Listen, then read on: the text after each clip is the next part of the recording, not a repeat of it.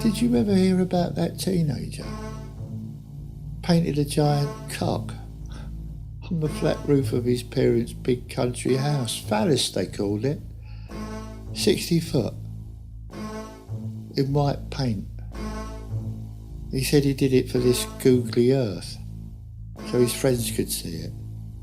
From a satellite. Googly earth. You can zoom down and see your house from space. Made me think of googly eyes when I heard about it. Made me think of God with googly eyes looking down with googly, ogly eyes like a toy. Or if you were to make a picture and then put googly eyes on after so they rattle around and make it look all looby.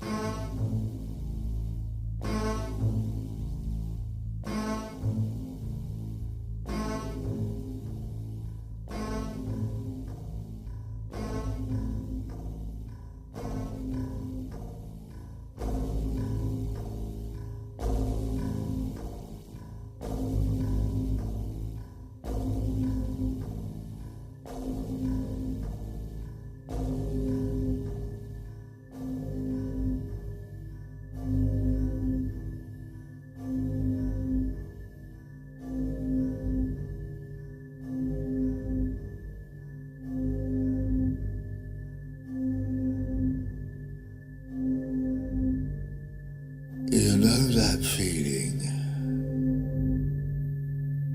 when you're on a travelator at an airport. It's not just that you're going faster, moving past people, but the feeling you get, it feels right, doesn't it? It feels like this is the way it's supposed to be.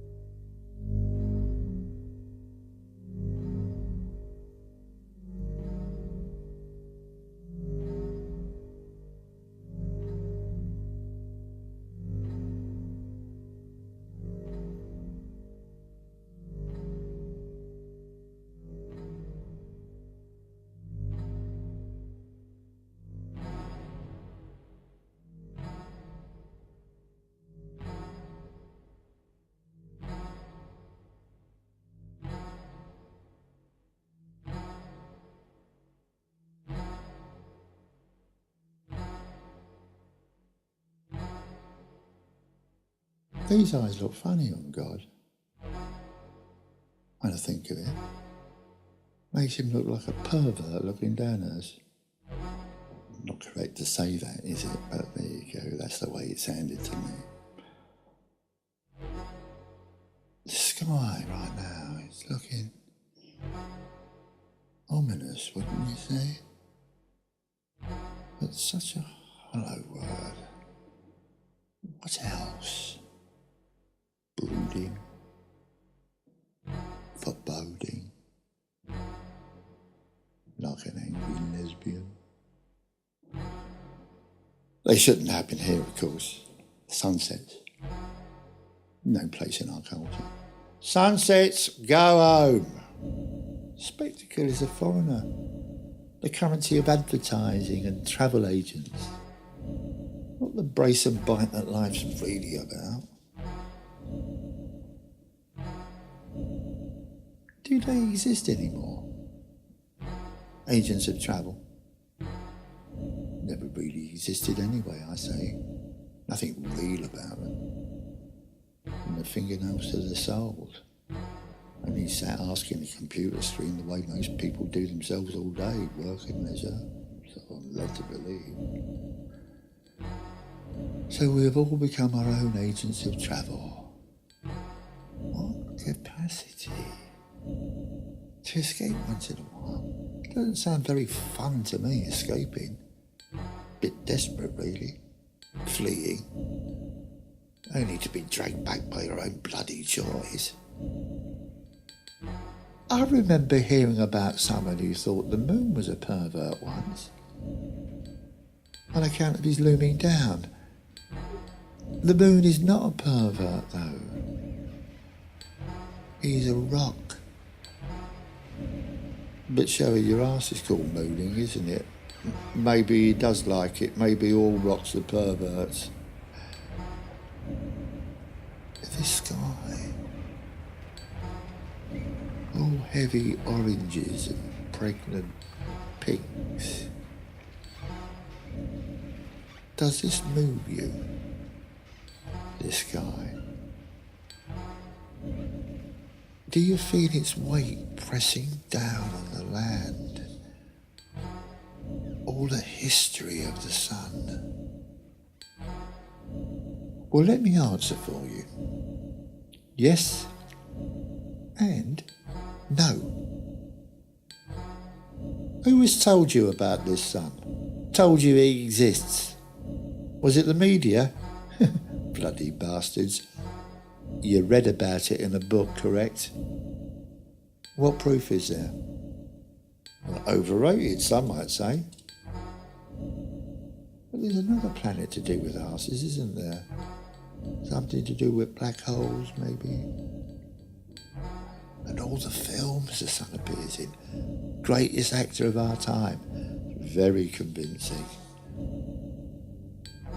That's what's happening outside now. The billowing mass of saccharine-stained sky. From what film? What movie? From what Hollywood bread and butter? The dawn of the end. Is that a film? Could be. So if this was the film, Sun versus Man, Dawn of the End, the question is, how should one prepare for the role? The way you think you should for a film. But let me give you some advice. Play the fruit machines. Final act, flashing lights, noise, continued expectation. Take all your money out and lose till the time comes. Become a gambler for death.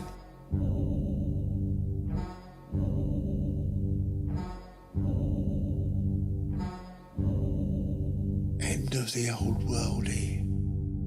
What a privilege. If it was the real deal, of course. Isn't that what everyone wants? To be there at the end. Not to survive. That's the Hollywood bit. Aren't your eyes just itching to witness it? To be the generation chosen to succumb?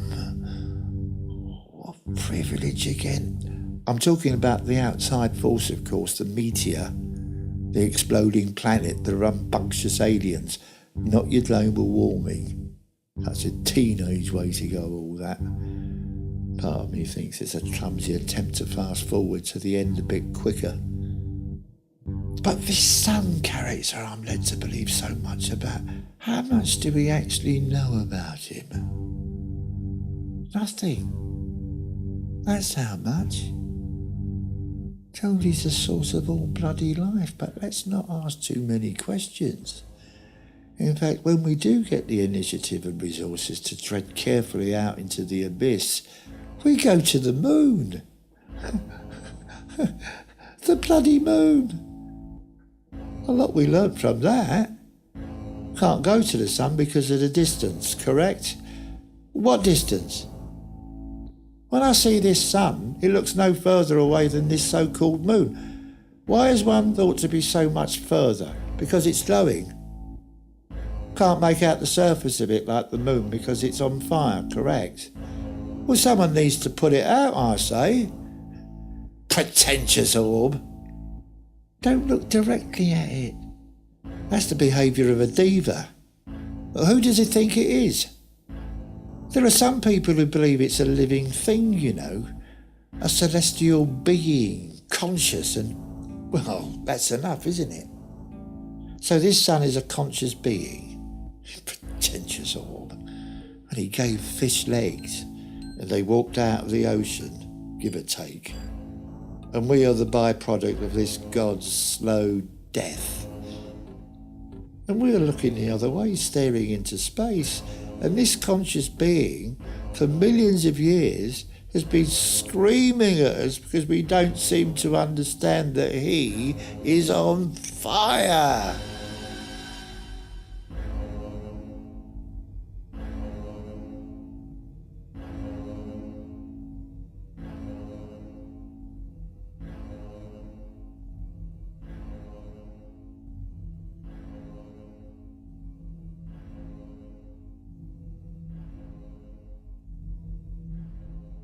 Well, here's the rub. You're looking at him.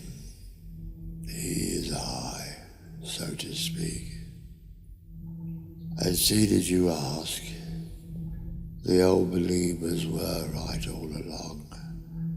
I am the centre of things and always have been.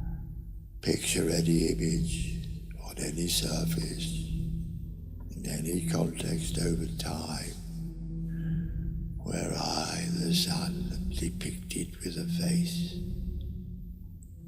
Are you picturing it? Now consider it correct. But you knew it all along, didn't you? You had a feeling. I am not, however, the husband of the moon, as some have said, because the moon is just a rock, and why anyone should think otherwise is beyond me. A rock and a pervert. So I, the sun, am a conscious being blaring away. A local broadcaster beyond your abilities and behaving outside your best interests.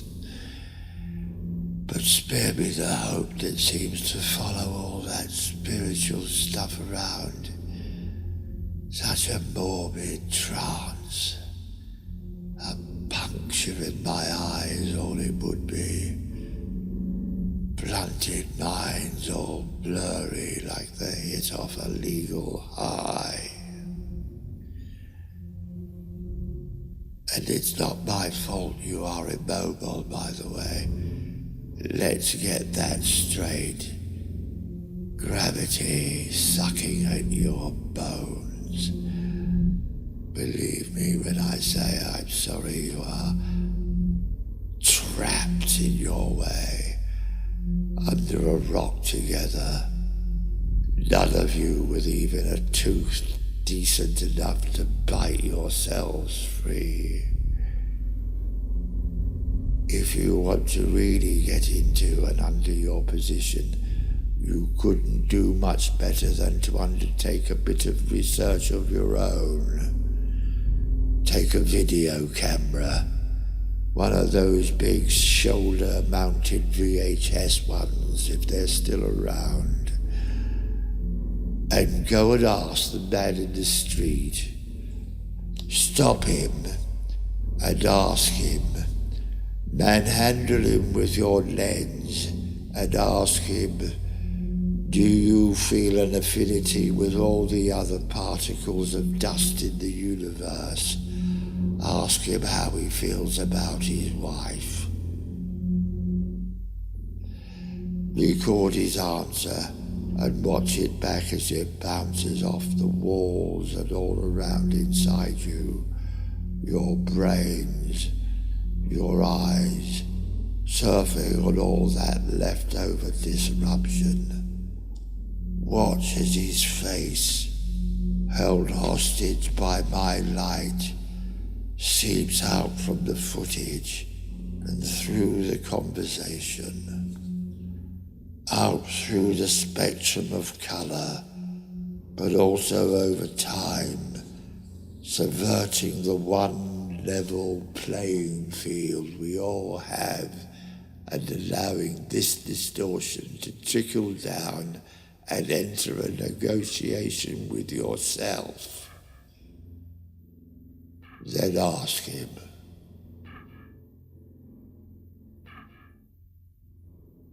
Have you ever experienced loss? You know, real loss. Real data loss. Nothing can prepare you. All those photos, all that footage. It's not the documentation of events that's unnerving. We have memories for all that. It's the thought of all that recorded time. Lost at sea. Sloshing up over and into all our tiny boats. Consider for a second the hoverfly. A creature more precise you'll never find. Tilting and panning, then zoom. Built for observation is my point. Who can say they've never gone face to face with a hoverfly, held its gaze for a second or two before the inevitable darting departure, and not been left with the feeling, I have been observed. Oh, we, the wilfully watched.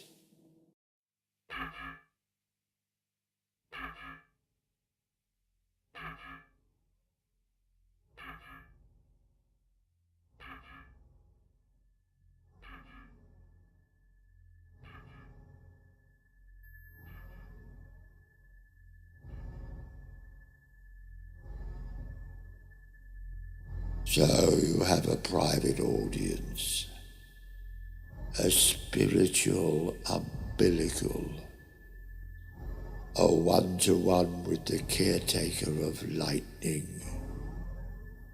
Try to ignore the fact that for me, this is like you having a heart-to-heart with the bacteria living in your intestines. You want to know if any useful byproduct might come from your newly commercialized delving into space, correct? That I saw in the experience realm. That desperate psyche cinema. Well, I can tell you one thing of note that will reveal itself from this endeavor and impact upon all your lives in a truly meaningful way. Zero gravity pornography. Maybe not watertight, but lesser ideas have gone on to have greater careers. How better to illustrate such a curious and frustrated species than pornography's enigmatic flourishing in every corner of excess. This is just yet another corner waiting to be flourished. Correct? No!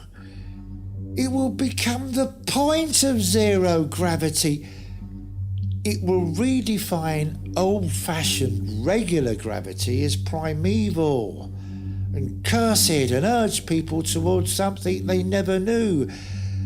People will give limbs left and right to give birth in zero-G. Marriages, deaths will all want to be undertaken without the weight of the world to bring them down.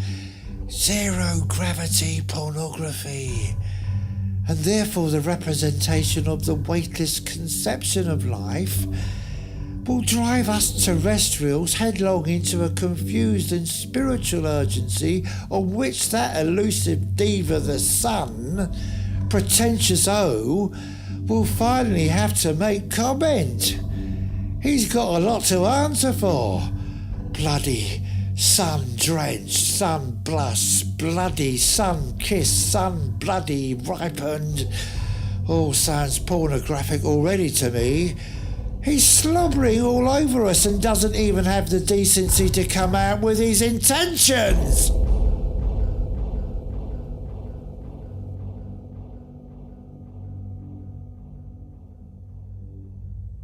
Intentions. I'll tell you my intentions. I am a deep, rumbling, solar birdsong, and optimism is no friend of yours. The clouds are lined with shit. Those are my intentions. The light at the end of the tunnel is an oncoming train, and it's moving at a fair old lick. Dreams are your brain masturbating when you're asleep, and luck is the ghost of the dead idiot. Aspiration is a perspiring ass. Look to the future, and I'll show you a crumpled photo of today. When you wish upon a star, it's been a goner for 1,000,000 years, and it's still dying. Hope is useful as soap on a rope. Forward thinking takes you off the edge of the cliff. See a penny, pick it up, you'll catch a disease. There's no pot of gold because rainbows don't have ends. The dust is in the needle and the lens cap is on. Life is colder than a steel cage and gentle as hell, for I am the sun, raging on against that endless night since 001.